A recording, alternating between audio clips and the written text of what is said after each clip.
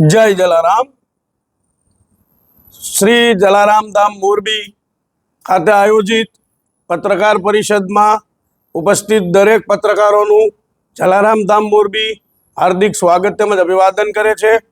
મારી બાજુમાં શ્રી લોહાણા મહાજન મોરબી કે જે લોહાણા સમાજની સર્વોચ્ચ સંસ્થા કહેવાય એના પ્રમુખ શ્રી ગિરીશભાઈ ગેલાણી, તેમની બાજુમાં તેમના લોહાણા મહાજન મોરબીના કાર્યવાહક પ્રમુખ શ્રી હરીશભાઈ રાજા, સાથે લોહાણા મહાજન મોરબીના મંત્રી એવા માનનીય શ્રી નરેન્દ્રભાઈ રાજ, લોહાણા વિદ્યાર્થી ભવનના ટ્રસ્ટી શ્રી માનનીય શ્રી રમણીકભાઈ ચંડીપમર, અખિલ સૌરાષ્ટ્ર રઘુવીર સેના મોરબી શાખાના અધ્યક્ષ શ્રી હસુભાઈ પૂજારા તેમજ રઘુવંશી સમાજની વિવિધ સંસ્થાના અગ્રણીઓ, જલારામ ધામ મહિલા મંડળના અગ્રણીઓની પરવાનગીથી આજની અમારી વાતની હું શરૂઆત કરું છું।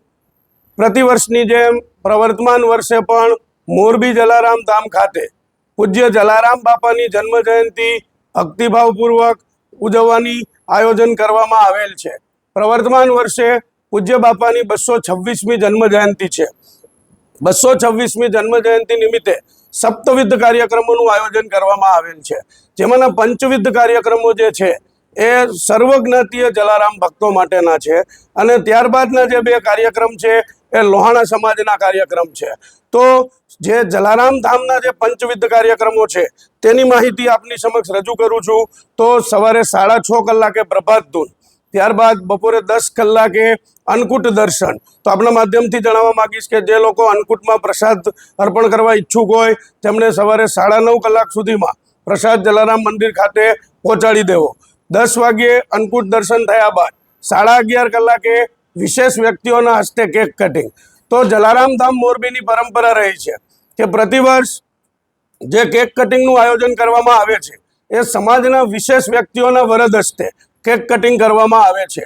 કોઈ નેતા કે કોઈ રાજકીય વ્યક્તિઓ કે કોઈ પણ પ્રકારના જે સમાજની અંદર જે ઉચ્ચ સ્થાન ધરાવતા હોય તેવા વ્યક્તિઓ નહીં, પરંતુ સમાજની અંદર જે વિશેષ સ્થાન ધરાવે છે એને જલારામ ધામ મોરબી છે તે સ્થાન આપે છે। તો છેલ્લા 14 વર્ષની પરંપરા છે કે જ્યારે આવા વિશેષ વ્યક્તિઓને બોલાવવામાં આવ્યા છે।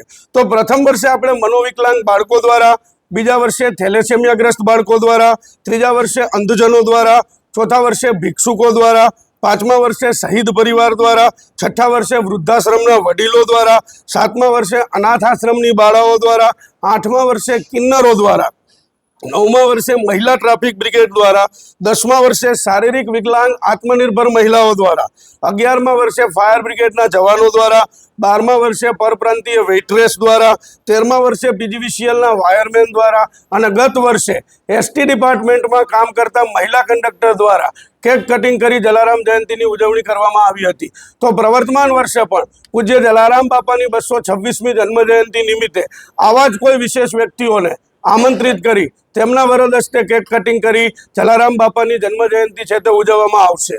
કેક કટિંગ થયા બાદ બપોરે 12 કલાકે પૂજ્ય જલારામ બાપાની મહાઆરતી થશે। ત્યારબાદ 12:30 કલાકે સર્વજ્ઞાતીય જલારામ ભક્તો માટે મહાપ્રસાદનું અનેરું આયોજન કરવામાં આવેલ છે। તો આ પંચવિધ કાર્યક્રમો જલારામ ધામ મોરબીના હતા। ત્યારબાદના જે હવે બે કાર્યક્રમો છે એ શ્રી લોહાણા મહાજન મોરબી કે જે લોહાણા સમાજની સર્વોચ્ચ સંસ્થા છે એ શ્રી લોહાણા મહાજન મોરબી તેમજ તેની સાથે સંલગ્ન સંસ્થાઓ જલારામ ધામ મોરબી, અખિલ સૌરાષ્ટ્ર રઘુવીર સેના મોરબી, શ્રી રઘુવીર સેના સાર્વજનિક ટ્રસ્ટ મોરબી, શ્રી જલારામ સેવા મંડળ મોરબી, શ્રી જલારામ મંદિર મહિલા મંડળ મોરબી, શ્રી લોહાણા વિદ્યોતેજક ફંડ મોરબી તેમજ શ્રી જલારામ વેવિશાળ માહિતી કેન્દ્ર મોરબી સહિતની દરેક સમાજની દરેક સંસ્થાઓ દ્વારા જે વિશેષ કાર્યક્રમ છે તે યોજવામાં આવશે। જેમાં બપોરે 2:30 કલાકે પૂજ્ય જલારામ બાપાનું પૂજન યોજવામાં આવશે। બપોરે 2:30 કલાકે પૂજ્ય જલારામ બાપાનું પૂજન યોજાયા બાદ બપોરે 4 કલાકે લોહાણા સમાજ માટે સરપ્રાઇઝ કાર્યક્રમનું અનેરું આયોજન કરવામાં આવેલ છે।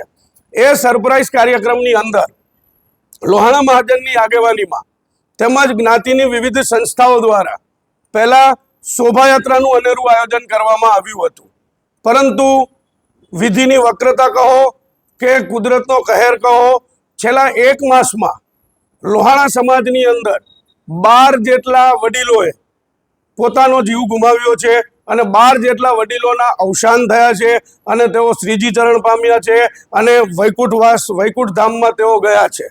તો એ 12 જે સ્વજનો છે તેમના પરિવાર છે, તેમના પરિવારને લોહાણા સમાજની સર્વોચ્ચ સંસ્થા લોહાણા મહાજન તેમજ જ્ઞાતિની વિવિધ સંસ્થાઓ આ તકે સાંત્વના પાઠવે છે. મોરબી જલારામ ધામ હોય, લોહાણા મહાજન મોરબી હોય કે જ્ઞાતિની કોઈ પણ સંસ્થા હોય, હર હંમેશ સમાજની અંદર સમાજના સુખ અને દુઃખમાં ભાગીદાર રહી છે. વર્ષ 2022ની અંદર જ્યારે 31 ઓક્ટોબરે પૂજ્ય જલારામ બાપાની જન્મ જયંતિ હતી, પરંતુ 30 તારીખે મોરબીનો ઝૂલતા પુલ તૂટ્યો અને 135 લોકોએ પોતાના જીવ ગુમાવ્યા હતા. તો ઘડીના છઠ્ઠા ભાગની અંદર જલારામ જયંતિના દરેક કાર્યક્રમો મોકૂફ રાખવામાં આવ્યા હતા. તે ઉપરાંત મોરબી જલારામ ધામનો એક વખત પાટોત્સવ હતો.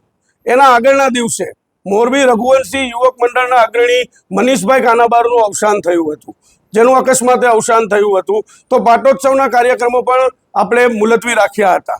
પરંતુ પ્રવર્તમાન સમયે જે 12 જેટલા વડીલો જે અવસાન પામ્યા છે, એ વડીલોને કુદરતી મૃત્યુ છે અને તેમના આત્માના શાંતિ અર્થે અને તેમને સાચી શ્રદ્ધાંજલિ મળે, તેમના પરિવારને સાચું સાંત્વના પ્રાપ્ત થાય, એ હેતુસર લોહાણા મહાજન મોરબીની દ્વારા તેમજ જ્ઞાતિની વિવિધ સંસ્થાઓ દ્વારા એક સરપ્રાઇઝ કાર્યક્રમનું આયોજન છે.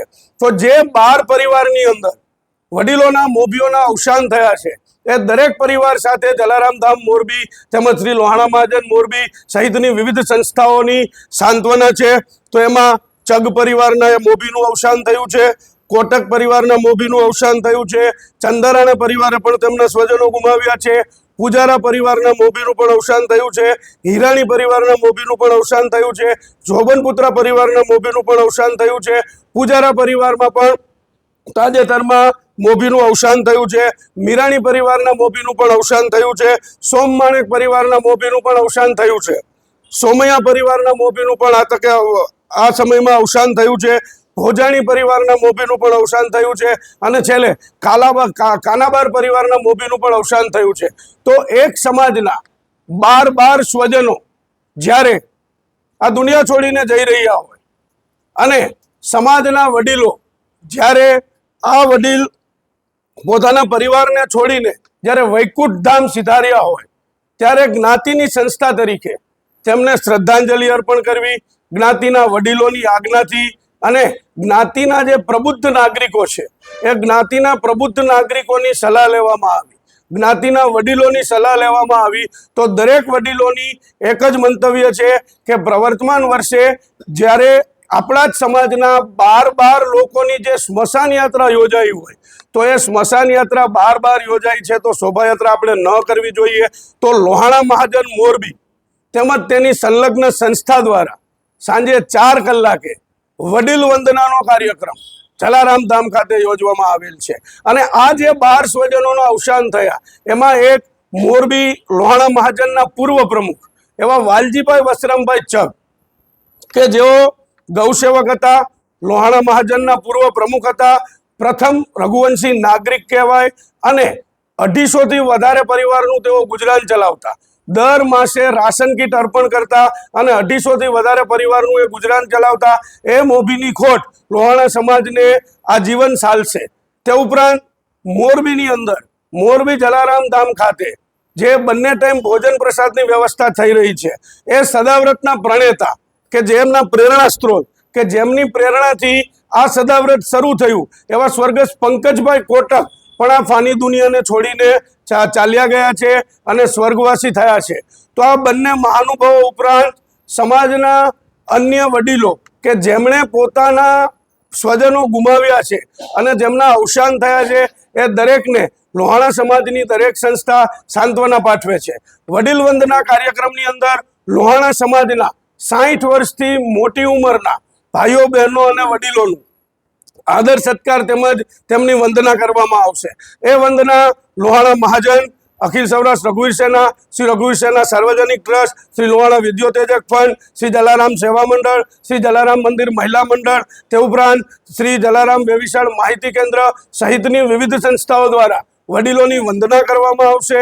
અને સાથે સાથે તેમના બાળકો, તેમના બાળકો પણ ઉપસ્થિત રહે, તેમના પરિવારના સભ્યો પણ ઉપસ્થિત રહે, તેઓ પણ તેમના વડીલોનું પૂજ્ય બાપાના સાનિધ્યમાં એમનું સન્માન કરે તેવી વ્યવસ્થા યોજવામાં આવશે. પૂજ્ય જલારામ બાપાનું જીવન સાદગીસભર રહ્યું છે. પૂજ્ય જલારામ બાપા બીજાના દુઃખમાં દુઃખી થતા, પૂજ્ય જલારામ બાપા લોકોના દુઃખ દૂર કરતા. જે આપે ટુકડો એને હરી ઢુકડો મહિમા છે મહાપ્રસાદનો. પૂજ્ય જલારામ બાપાએ હર હંમેશ ભૂખ્યાની જઠરાગની તૃપ્ત કરવાનો અનોખો સેવા યજ્ઞ છે તે ચલાવ્યો છે. તો આ તકે જ્યારે પૂજ્ય જલારામ બાપાની જન્મ જયંતિ આવી રહી હોય તો પૂજ્ય જલારામ બાપાની ગરિમા જળવાય, તેમજ સમાજના દરેક વર્ગના લોકોની ગરિમા જળવાય અને આગેવાનો જે છે એ સમાજના આગેવાનોની પીઢતા પ્રદર્શિત થાય એ હેતુસર આ સપ્તવિધ કાર્યક્રમો જે છે તે આયોજિત કરેલ છે. અને વડીલ વંદનાનો જે કાર્યક્રમ છે એ માત્ર લોહાણા સમાજ પૂરતો છે. બાકીના દરેક કાર્યક્રમો જે છે એ સર્વ સમાજ પૂરતા છે, સર્વ જ્ઞાતિય જલારામ ભક્તો પૂરતા રાખવામાં આવેલ છે. જી હવે